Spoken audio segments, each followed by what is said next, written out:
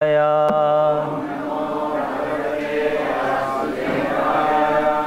Namo Bhagavate Vasudevaya. Om Namo Bhagavate Vasudevaya.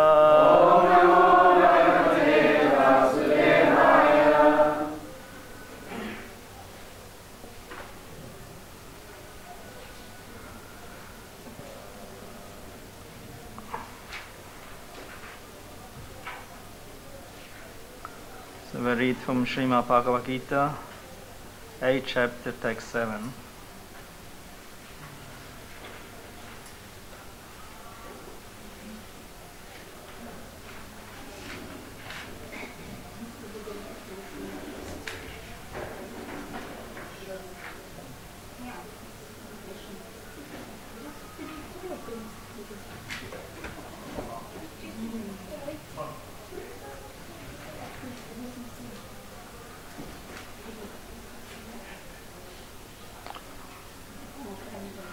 Abhyasa Yoga Yuktena. No, that's not 7, huh? Oh, sorry. Tasmat Sarveshu Kaleshu Mam Anusmara Yudya Cha Mai Arpita Mano Buddhir Mam Evashyasi Asamshaya Tasmat Sarveshu Kaleshu Tasmat Sarveshu Kaleshu Mam Anusmara Yudyacha Mam Anusmara Yudyacha Mai Arpita Mano Buddhir Mai Arpita Manmodir Mam Evashyasya Samshayaha Mam Evashyasya Samshayaha Tasmat Sarveshu Kaleshu Mam Anusmara Yudyacha Mai Arpita Mano Buddhir Mam Evashyasya Samshayaha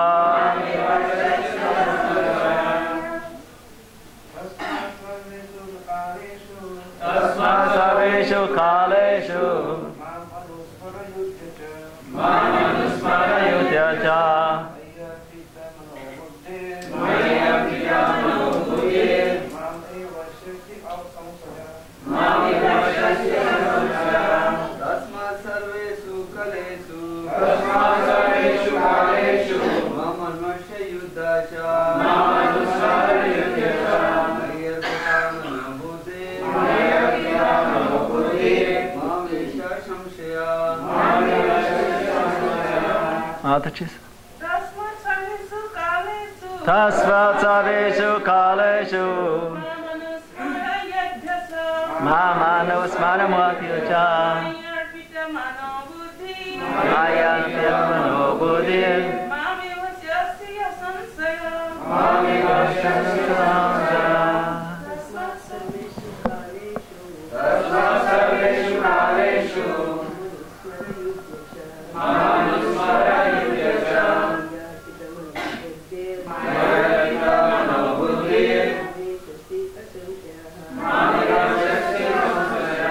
Tasmat, therefore, Sarveshu, always, Kaleshu, time,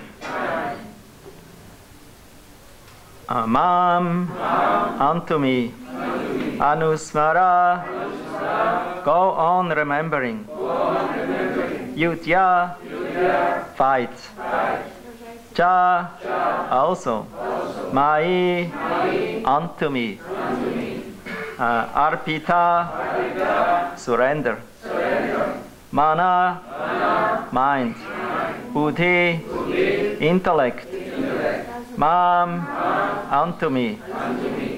Eva, surely. Eshyasi, will attain. Asamshayaha, beyond a doubt. Translation purport by His Divine Grace Srila Prabhupada Ki Jai. Therefore, Arjuna, you should always think of me in the form of Krishna, and at the same time carry out your prescribed duty of fighting. With your activities dedicated on me, to me, and your mind and intelligence fixed on me, you will attain me without doubt. Purport. This instruction to Arjuna is very important for all men engaged in material activities. The Lord does not say that one should give up his prescribed duties or engagements. One can continue them and at the same time think of Krishna by chanting Hare Krishna. This will free one from material contamination and engage the mind and intelligence in Krishna. By chanting Krishna's names, one will be transformed or transferred to the supreme planet, Krishna Loka, without a doubt. Tasmat sarveshu kaleshu mamanusmara yutyacha mayarpita mano buddhir mami vaishyasa samshayaha. Therefore, Arjuna, you should always think of me in the form of Krishna and at the same time carry out your prescribed duty of fighting. With your activities dedicated to me and your mind and intelligence fixed on me, you will attain me without doubt. Om Agyati Maranyasya Kananchana Salakayam Chakshur Unmilitam Yena Tasma Shri Gurave Namaha. Jai Sri Krishna Chaitanya Prabhu Nityananda Shri Advaita Gadadha Shivasati Gaura Bhakta Vrinda. Hare Krishna Krishna Krishna Hare Hare Hare Rama Rama Rama Hare Hare.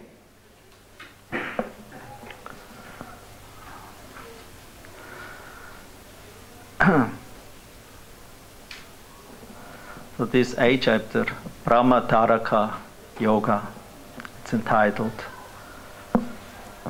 How to Attain the Supreme at the time of death, in the last moment. So that's the meaning or the subject of this chapter. In the previous chapter, Krishna, in the 7th chapter, he explained about his glories, about his personality, and ultimately he brought up in the conclusion of the end of the 7th chapter that that ultimately one should think about him, and then one will attain him. So Arjuna, he had several questions on different points or words that what Krishna used in the last 2 verses of the 7th chapter. And now, especially in these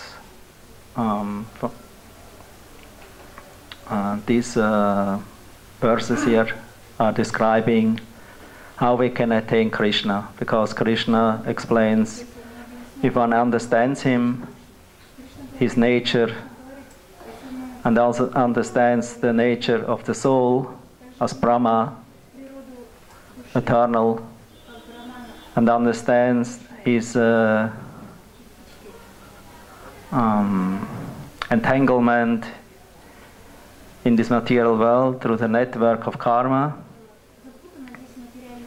accepting different kinds of bodies, and accepting different kinds of mentalities, subtle identification or a program, what everyone has to follow, what is given from past life, prarabdha karma. It is transferred in this life And Krishna recommends not to engage in further karma, otherwise due to our subtle thoughts or desires we're developing further, making new plans, new desire in this life to become happy or successful. So he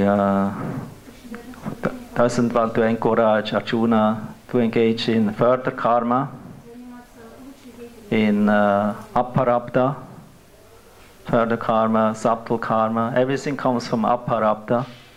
First there is the thought. There is the thought of something what we want to attain. Then we're making plans how to achieve it. And ultimately we materialize it with the help of the intelligence and the mind. The senses engage accordingly. And in this way we are following a program of activities in this world. So Krishna, he explains the yoga process of ultimately ending this program of karma, of entanglement of this material world, parabdha and aparabdha, as described in the Padma Purana. Parabdha and aparabdha and ultimately also parabdha, that what we have gotten, the karma what we have now, will be finished through the process of yoga or bhakti yoga, the best of all yogas. So that's the invitation program, the program what the Lord mercifully gives and distributes and teaches by himself in this world. Therefore he comes in this world to teach this process of yoga, especially bhakti yoga, so that ultimately the living entity, especially in the human form of life, can attain him. Therefore Brahma Taraka Yoga. So very easily we can attain the Supreme Lord by this process given by him. The process of yoga, what the Lord is giving and what the acharyas give, those who are representing Krishna's interest, is infallible, is achyuta. It's achyuta gotra. It's an infallible line. And it is timeless. Sometimes it is manifested, sometimes it is covered or forgotten in due course of time.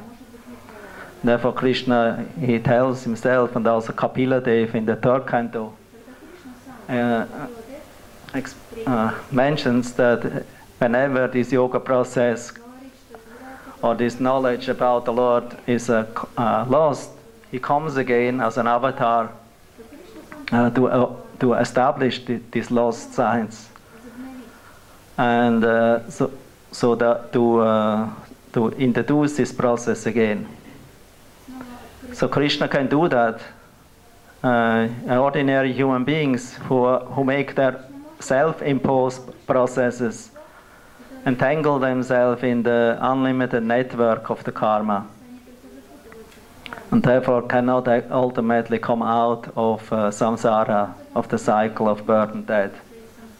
The cycle of birth and death only can become ended or stopped or broken by the mercy of the Lord. And here he gives the idea, he gives the program to always remember him with our mind and with our intelligence, engaging in activities to attain him. So Arjuna, his occupation, his swadharma was kshatriya. He was a warrior. That's, as we all know, there's Brahmana, Kshatriya, Vaishya, Shudra, Varna, the Varnas, four Varnas.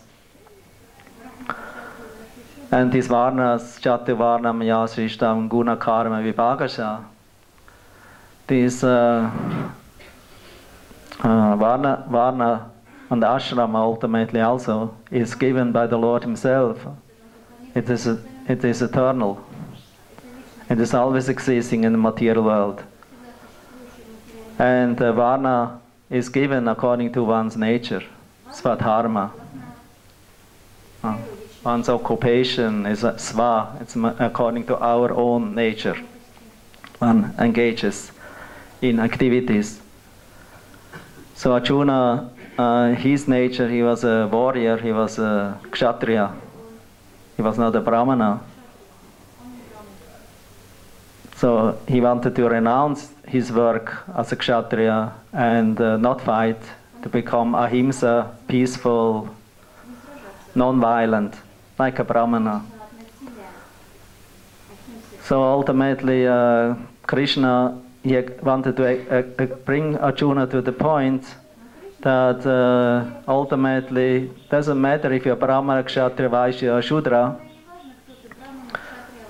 one has to stay or act according to one's nature, because we cannot suppress it, we cannot change it, because this is our prarabdha karma from previous life. With this nature we have to live. We cannot change it with somebody else's nature. That would be unreal, would be self-cheat, and also cheating others. So we have to act according to our nature. Ultimately, no nature, Brahmana, Kshatriya, Vaishya, Shudra, will give us the perfection. Lord Chaitanya, when he had a talk with Ramananda Roy about the goal of life, purpose of life, and the ultimate goal of life, Ramananda Roy brought up the process, explained that the perfection of life is to engage according to one's occupational duties in Svadharma for the pleasure of the Lord, to worship, to please Lord Vishnu by engaging according to one's occupational duties. But Lord Chaitanya, he refused that, and he mentioned this is bahir, is external. It's not what Lord Chaitanya in that point of discussion with Ramananda Roy wanted to hear or wanted to emphasize. He wanted to bring the reader or the listener of Chaitanya Charitamrita to the highest point of perfection. The Panchama Purusha Artha, Prema Pumartha Mahan. And therefore, interestingly, he chose the Ramananda Roy, his own personal devotee, eternal associate, who was very interestingly actually some officer, some governor in Madras, under the direction of the king of Orissa. So he was more or less a kind of a kshatriya. He was like a king. He was like a governor. But although he was a governor and he had many servants and money and opportunities for material success to live very nicely, comfortably in his Madras state where he was the governor, he was more interested in Krishna consciousness, and he was completely absorbed in Krishna consciousness on the highest level.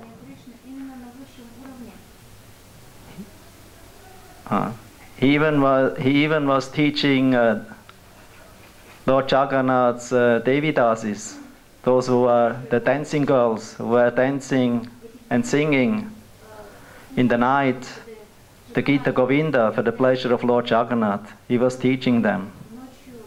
He was dressing them. He was ointmenting them. He was touching their bodies. But he was not attached to the bodily conception of life. Because he saw them all on the platform of eternal servants of Krishna. And he himself was absorbed in this Svarup of eternal servant of Krishna. So Lord Chaitanya chose Ramananda Roy, who was a Kshatriya, a governor, as the speaker, as the guru of the highest tattva. The highest tattva, rasa tattva. The highest perfection of love to Krishna. He empowered him. Actually, it was Lord Chaitanya who spoke through him. Of course, it's also humility of the devotee, because he never thinks or considers, I'm the speaker, I'm the doer. He always understands that Krishna speaks through me, Krishna acts through me, and therefore 24 hours in a day, in all his activities, whatever he is doing, is Krishna conscious. He's conscious about Krishna. We all have to be conscious about something. But ultimately, any consciousness that is not Krishna consciousness is non-consciousness. According to Prabhupada's definition. Everything that is not Krishna consciousness is unconsciousness. That means it's dull, it's covered, it's not conscious. Because about what we are conscious? What's the question? About what we are conscious? Conscious about the body, about our family, about our jobs, activities, about eating, sleeping, mating, defending. But this is all bodily conception, bodily consciousness, and bodily consciousness is always changing. It is temporary, it is flickering, it comes and goes. And therefore it's actually unconsciousness, it's not steady, it's not eternal. Therefore the consciousness of Krishna, about Krishna, because Krishna is the eternal objective, the eternal Ashraya Vigraha, to whom we have to take shelter, the eternal Somum Bonum, as described in the 10th canto of Srimad Bhagavatam, is Sri Krishna. Ishvara Parama Krishna, Sachitananda Vigraha, Anadi Adi Govinda Sarvakarana Karanam. So it is Krishna who is the origin, and who is always, and although he is origin, he is not influenced of his creation. He is never touched by the material nature. And in the Bhagavatam it states, everyone who is thinking about Krishna in his transcendent and accepts him in truth as the transcendental supreme personality of Godhead, who is never touched by material nature, who is always fully Satchitananda Vigraha, he who is meditating about him like that, he also becomes like that. Because we become that about what we meditate. You are what you think. Where your inner heart is, that's you. Of course, what we consider now me is all the Maya created, the illusion of this material world. Identifying ourselves with something what we are not.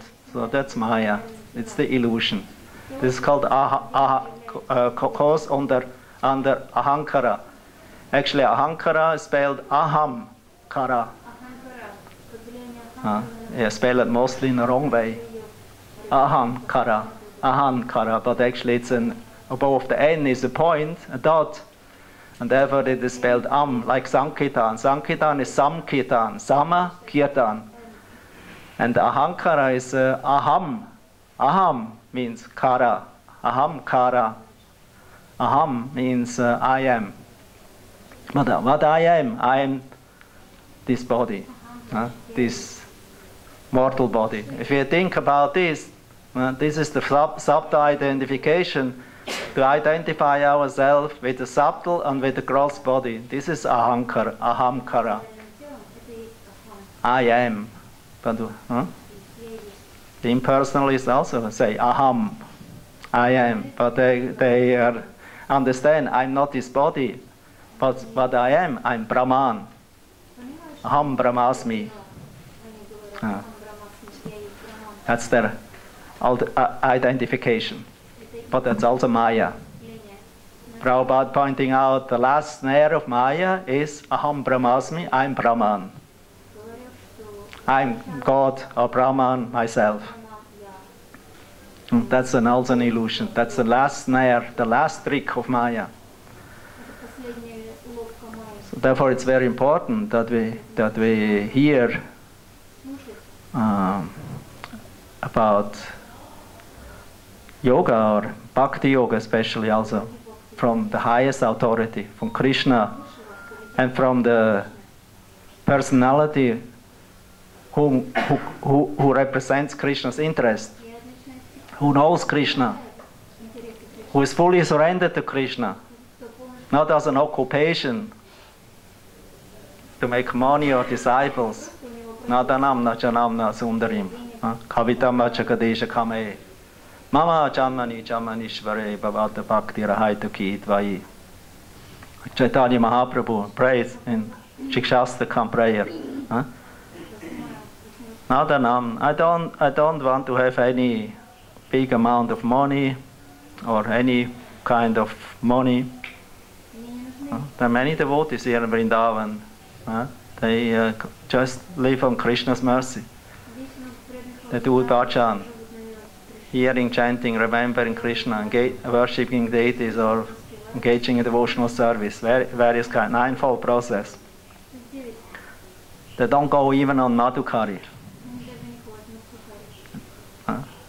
Normally a renunciate can go to Madhukari, but many don't even go to Madhukari. They just sit in their bhajan kutir, chant Hare Krishna, absorbing Krishna. Krishna supplies everything to them. Because the devotee doesn't care about that. Krishna gives, he can take, he can give. The devotee is fully dependent on Krishna. Nadanam, nachanam. I don't want to have any followers. I don't want to become a guru or a sannyasi that I can get followers. Therefore, to become guru, the desire to become guru, is actually not a very good desire. Actually, we should try to be servant. And even to be a servant is not a good desire. You should try to become servant of the servant, of the servant, of the servant, of the servant. Dasa, dasa, dasa, anu dasa. Insignificant servant. That should be the desire. Not become guru, not become sannyasi or anything to achievement, because it can lead to upadhi,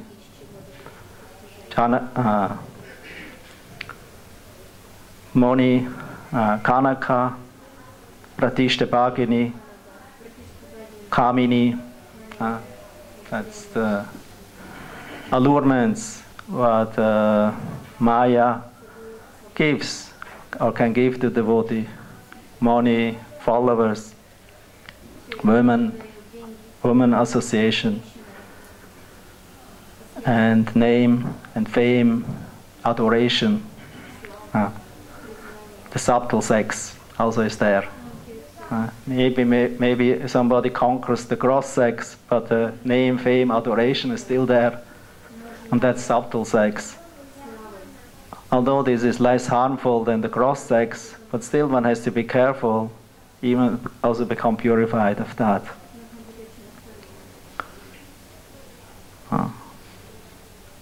Because as long as we're a little attached to something that I'm important, that I'm famous, I have many followers, and according to my followers I'm important.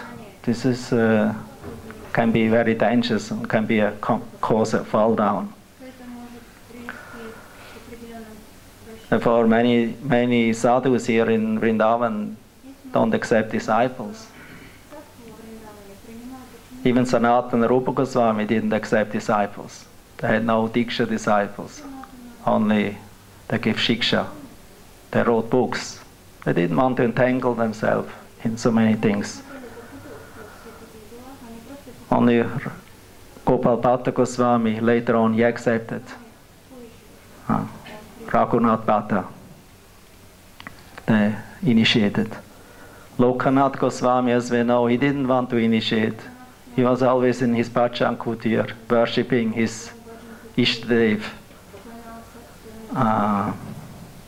Radha Vinod,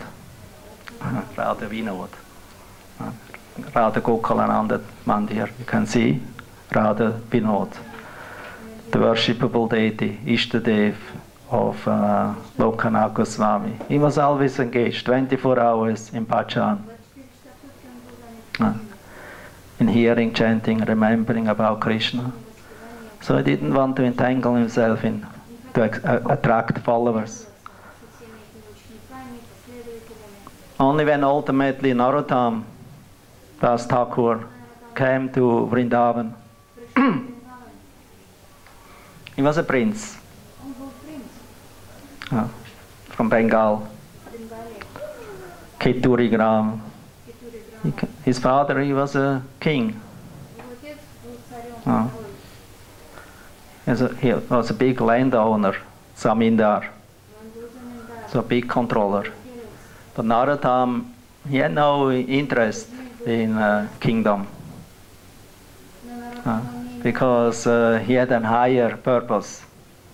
Lord Chaitanya wanted to empower him and use him as practically an expansion of Lord Chaitanya's great mercy to spread Krishna consciousness. So for that, Lord Chaitanya left behind Prema Dana, the treasure of love to Krishna, in the Padma river. He bestowed in the Padma river. One time he was walking on the bank with Nityananda Prabhu together, on the bank of Ramakeli. And he was calling out, Narottam, Narottam. And all the associates wondered who the Lord meant. And then ultimately Lord Chaitanya revealed his mind, and he told, very soon one great devotee, one very intimate associate of mine, a Sena Pati Bhakta, like our Prabhupada is also Sena Pati Bhakta. Because only somebody who is a Sena Pati Bhakta, that means a very confidential associate of the Lord, he can do an impossible mission. He can do something very wonderful, something what the Lord cannot do. Of course, this is Lord's mercy. The Lord is all-powerful. He's Prabha Vishnave Namaha. He's all-powerful. He's all-powerful. So nothing is impossible for him. But Krishna's nature, or also Lord Chaitanya's nature, is as such. Although he can do everything, he wants to see his devotee more glorious than himself. And that's actually how bhakti called, the bhakti process is spreading. The bhakti process spreading through the bhakta. Because only through the association of bhakta you can develop bhakti. Bhakti is in the heart, nitya siddha, Krishna prem. It is eternal, it's eternally perfect. It's not something that has to be developed. It's not something that we have to attain from outside. It's already here, but it's now covered. It's shrinked. Like fire is in the wood, and by the process of ripping, how we call this in English, Prabhu? rubbing the wood, two pieces of wood. Somebody who knows the art can ignite the fire, right? Can igniting the fire. So the fire is already there. It's not that the fire came from outside into the wood. It was already in the wood. So in the same way, Krishna Bhakti is already here. Because that's the nature of the soul. Krishnera Svarupoi, Krishnera Nityadas. But it's covered now by Maya, by our bodily conception of life. So, but by Shravanadi Shute Chite, Koryodoi. By hearing, chanting, remembering Krishna, Shravanadi. Shravana, Adi. Adi means and so on. By the hearing, chanting, remembering, serving Krishna, this Krishna, dormant love to Krishna, will become developed. It will kindle like the fire. Therefore, the contact with Bhakta is very important, because the Bhakta bears the fire. He has the power. He has the power of eternity, how we call this in English? Eternity? Huh? Power of attorney, yes. Attorney, huh? Like a lawyer, you know, like a high court judge, you know. He has the power from the supreme government. He represents, so the devotee has that power. And Krishna gives the free will, you know, to the devotee. He can give Krishna to whoever he likes. Therefore, bhakti is independent. It cannot be purchased. Ramananda Roy says, if bhakti, if bhava bhakti or ashakti, this ecstatic love to Krishna is somewhere available on the marketplace, the only price to pay is laulyam. It's the greed. It's the eagerness. Because it's the greed what brings us as material world. If we have the greed, you know, for Krishna, that will bring us out of the material world. It's the same process. Greed entangles us in this material world unlimitedly, and the greed in relation to Krishna will deliver us. Like the gopis, their life became perfect through to their greed and lust, karma. But this karma or greed is not mundane, it's not material, because it is in relation with Krishna. It's attachment to Krishna. And because Krishna is the supreme transcendental object of love and the goal of everyone's life, if we fix our attention, our love, our greed and our lust and everything what we have for His service, for His pleasure, then that's perfection.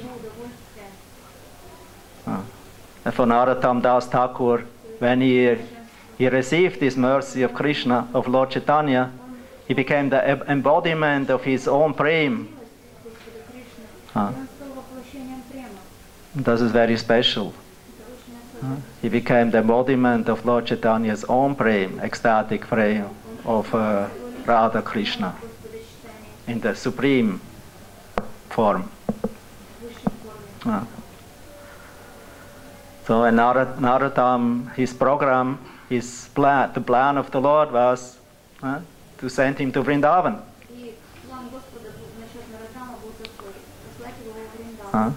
So ultimately came to Vrindavan. He left the home, his kingdom, his nice parents' house, where he was grown up with a silver or gold spoon in the mouth.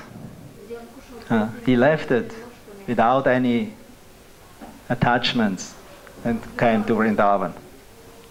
With great determination. It's called Trita Vrata, this determination. That's very important in the beginning of spiritual life. Prabhupada says that one shows determination. Because Krishna consciousness or bhakti is not possible just in an easygoing way. It's only possible by determination that we want to have it. Of course, still a need of mercy then. But the mercy is already available. Therefore, whenever we ask Guru or spiritual master, no, please give me your mercy, no, then what kind of mercy you should give you? He gave already the mercy. He gave us already the process of hearing, chanting, remembering Krishna. Prabhupada gave us everything. He gave us the holy name. He gave us his books, his purports. He gave us temples. He gave us association of devotees. He gave us mission. He gave us service. He gave us occupation, meaning in life. So Prabhupada gave us everything. Therefore Prabhupada is our life. Because he gave us everything. The devotee's life is Guru. The consciousness of the Guru, the instruction of Guru. This is more important than our own ideas. Therefore, Vyavasyatmika Buddhir Ekha Kurunandana means firm fixation or fix, to be fixed and determined to please and to follow the instruction of Guru.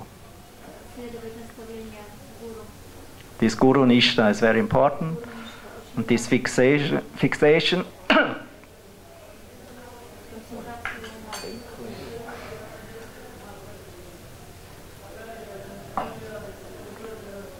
this focus on spiritual master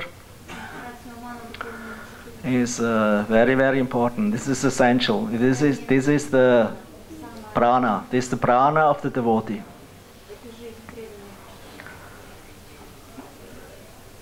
So Lord Chaitanya, he empowers his devotees like Narottam Thakur, Srinivasacharya, and also all the acharyas in this line, also our Srila Prabhupada. So they're all Prabhupada's men. They're his Senapati Bhaktas, his empowered devotees and generals, leaders of devotees, of the general devotees. So they are the yutas, they are the leaders. And to following them, following their mood, or the process of the bhakti, what they give, is according to the time, place, and circumstances, and according to the personality, devotee, the perfect process to attain Krishna's mercy, and actually, he's already back to Godhead. Like Prabhupada used to say, we don't have to have desire to go back to Godhead. We should just arrange in such a way, to engage in devotional service all the time. That's already liberated. Don't have to see Krishna. You have to act in such a way that Krishna wants to see you. This is the process of the bhakti. So when Narottam Das Thakur came here, he also needed initiation, and the plan of Lord Chaitanya was that he should get the initiation of Lokanath Goswami, but Lokanath Goswami didn't accept disciple. So what to do? So he became humble servant of that Vaishnava, cleaning all this, his ashram, his kutir, finding out where he passed stool and urine, and where he took his bath, and the picobello, make everything clean. Made very menial service. He was prince, don't forget. But he started to clean toilet of his guru. That's many of us we had to do when we joined temple. The first service was not puchari service, cleaning the toilet, cleaning the dishes of the devotees, the plates of the devotees. In the beginning we think, oh, what is that? I'm studied, I learned a profession, I'm capable for much more. So what is that? No, that everyone can do. Yes, therefore you also can do it. So we all had to do like that. And ultimately, although in the beginning maybe we were a little, but ultimately we surrendered and we start to like it. Because the Prabhupada, he wrote in one letter to Manidhar and to me, devotional service is absolute. Whatever devotional service you do is absolute, because it's on the absolute platform.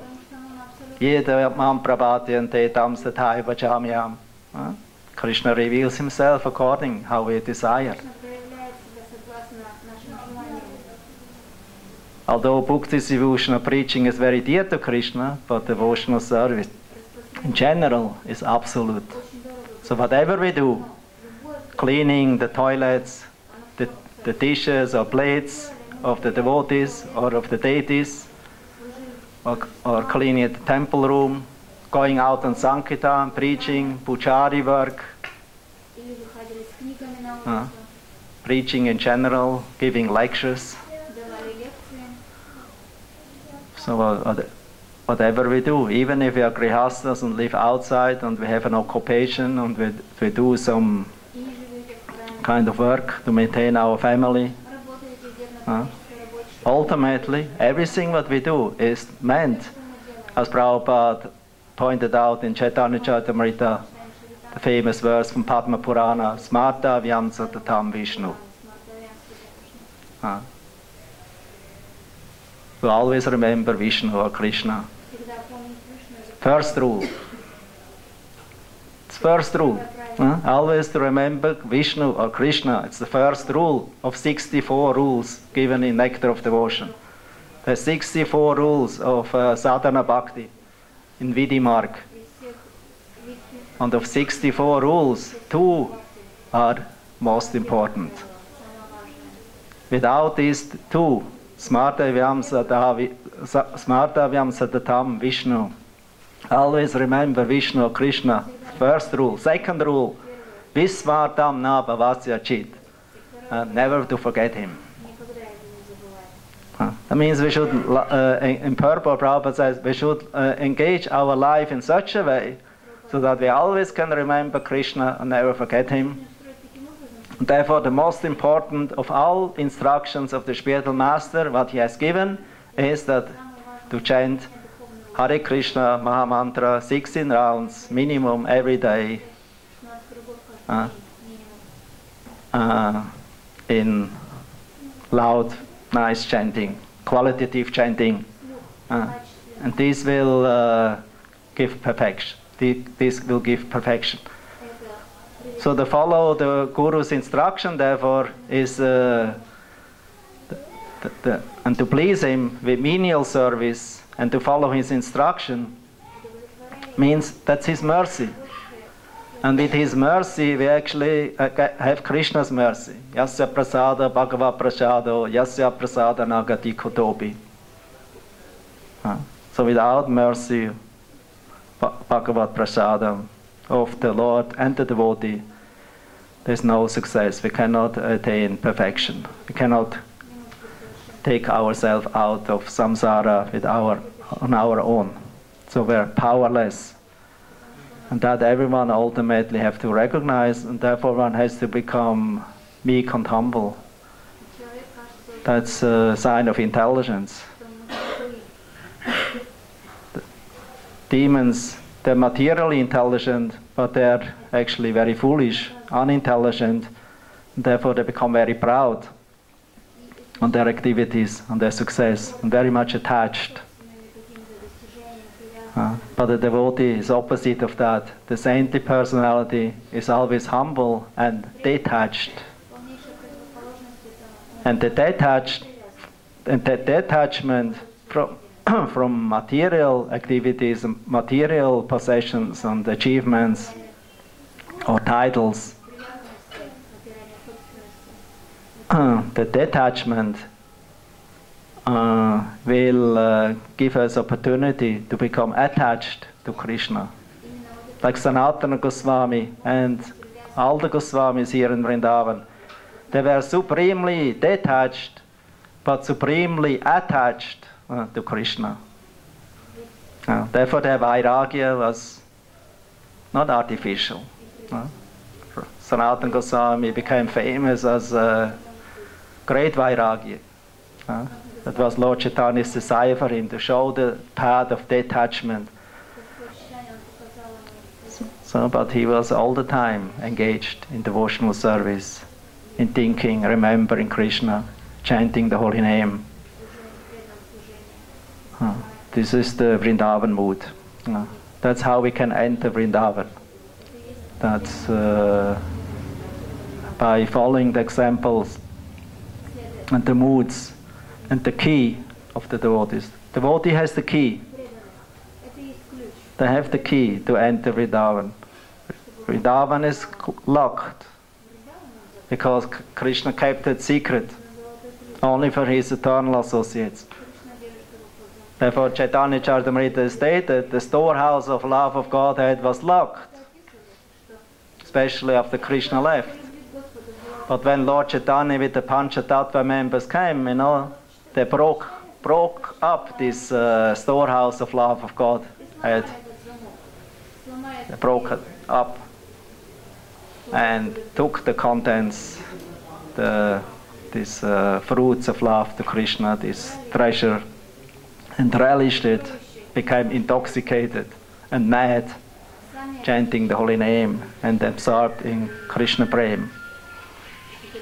But the storehouse of love of Godhead was so wonderful that the more they consumed and relished this Krishna Prem, then they also had the desire to distribute it.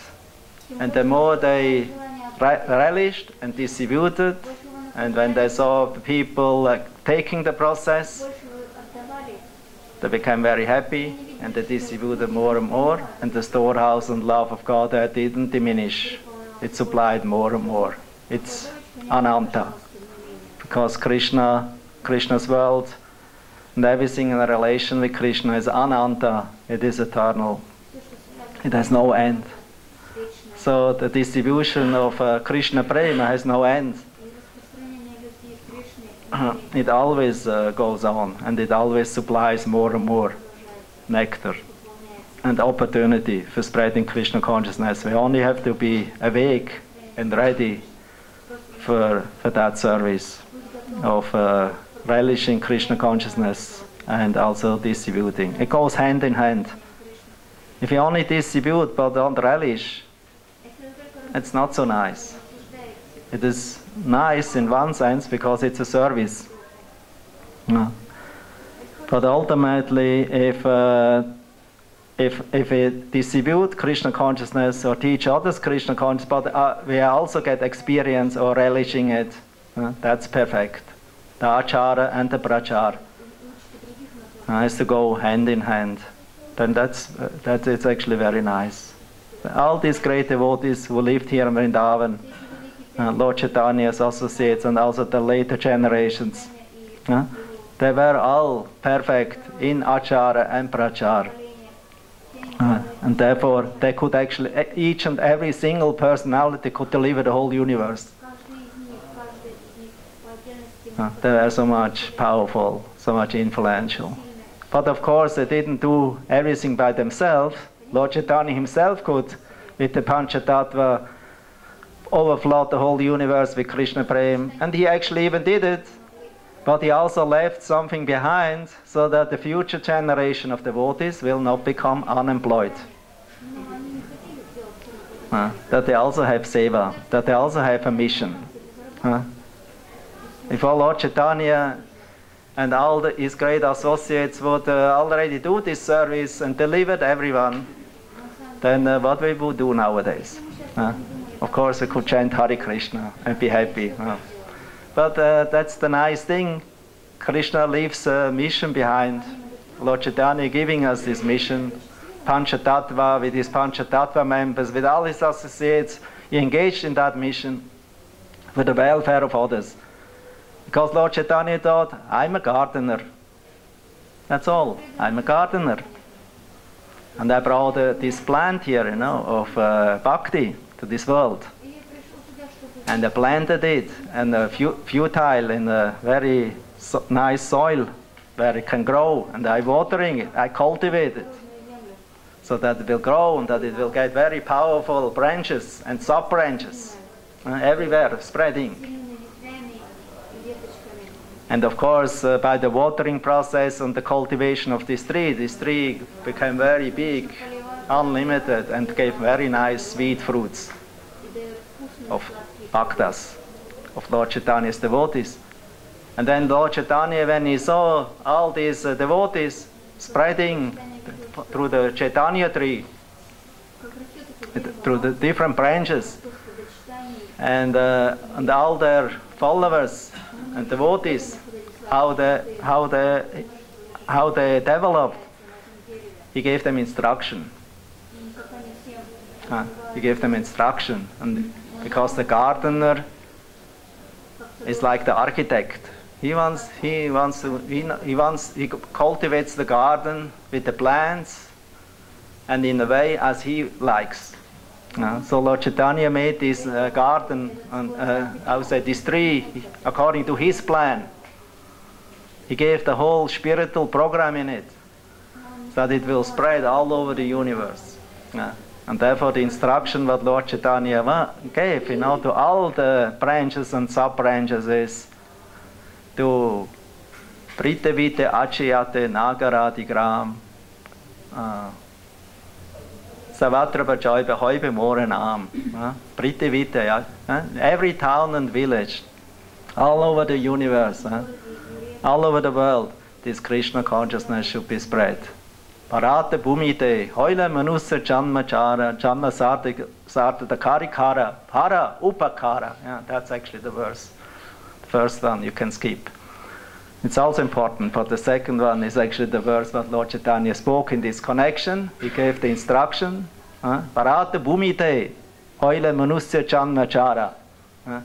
That everyone who takes birth in Bharadvaja, in the human form of life, his duty should be engaging in Krishna consciousness, in spreading Krishna consciousness, and giving Krishna to everyone. And he called this para upakara, the supreme occupation, the supreme occupation of a devotee. And whatever position you are, renunciate or grihasta, doesn't matter. His occupation is to engage in devotional service and spreading Krishna, teaching others how to love Krishna by giving them transcendental instructions according to guidelines of Bhagavad Gita. And so in this way, he will give people the opportunity by his own example, by his words, how to hear, how to chant, and how to remember Krishna. So this is Lord Chaitanya's instruction, and he also told Etaman Chamma Sapalyam Dehinam Iha Dehishu Pranair Artai Diyavacha Shraya Acharanam Sada. So he told, with 4 things we should engage in this para upakara, to do Shraya Achara, to do the ultimate beneficial work for the people, for the embodied living entities, in 4 ways. Etaman Chanva Sapalyam Dehinam Eha Dehishu. So he instructed everyone who attained this rare human form of life, he should use his body, Deha, in the service of Dehi. Etavan Chanma Sapalyam Dehinam Dehi. So one should engage it in the welfare activities to help other living entities, embodied souls, to wake up in Krishna consciousness. Dehinam Iha the issue. With what? With prana. With your prana, means with your life force, prana, artha, with your achievements, with your possessions, diya, with your intelligence, and vacha, with your words. With these four things, with either 1, 2, 3, or 4, we should try to engage in the Sankirtan mission of Lord Chaitanya to make people Krishna consciousness, to remind them about Krishna. And this is considered the para-upakara, the greatest welfare activity. And this makes Lord Chaitanya very happy. And all the Panchatattva members, when they see many people becoming devotees and coming to the temple, chanting Nitai Gauranga and Hare Krishna Mahamantra, then they become very pleased and shower them more mercy and kindness over them. No. So that's the devotees' activities. Bhakti is prayed by Bhakta, by devotee. So Krishna is teaching a Bhagavad Gita to Arjuna, and through Arjuna for the whole world, because he wanted to tell Arjuna, don't be afraid to fight and to perform your occupational duty as a kshatriya, because that's your swadharma, so don't give it up. But it's not your main thing. Your main thing is to always remember me. Think with your mind about me and absorb your intelligence in me and fight. Fight is secondary. Occupation is secondary. First place is remember Krishna, engage our mind in Krishna and our intelligence in Krishna. And then fight, or then work, or earn money, or do whatever is your occupation. That is Krishna words. And he says, and in this way, ultimately, Ante Narayana Smriti, in the end, if you do this with determination, with practice, sadhana, in the beginning maybe not easy to always remember Krishna and not forgetting him, because propaganda of Maya is too strong, more and more. So, but by training, like Krishna says in the 6th chapter to Arjuna, when he says, ask Arjuna, I have doubt. My mind is very difficult to control, to fix on this yoga process. How is it possible for me? But Krishna said, yeah, it's like that, but by training, by practice, by endeavor, you will succeed. You will attain it. You can control the mind. Because Arjuna was already trained in controlling the mind. He was very good in focusing his arrows on the enemies. That means very archer, bowman, means very strong concentration to shoot the target. And he was the best of his generation. There was no better archer. He's Dhananjaya. There was no better archer than Arjuna. So he was already in focus. He was already concentrated. He was in focus. So now Krishna wanted to bring him on focus also on Krishna, the absolute truth. And also fight, because fighting you already know. But even if you are a good fighter or good professional man, even if you are very capable, but if you don't think about Krishna and engaging in Krishna service and depend on His mercy, on success and blessings, it will not be perfect. Therefore Bhagavatam says,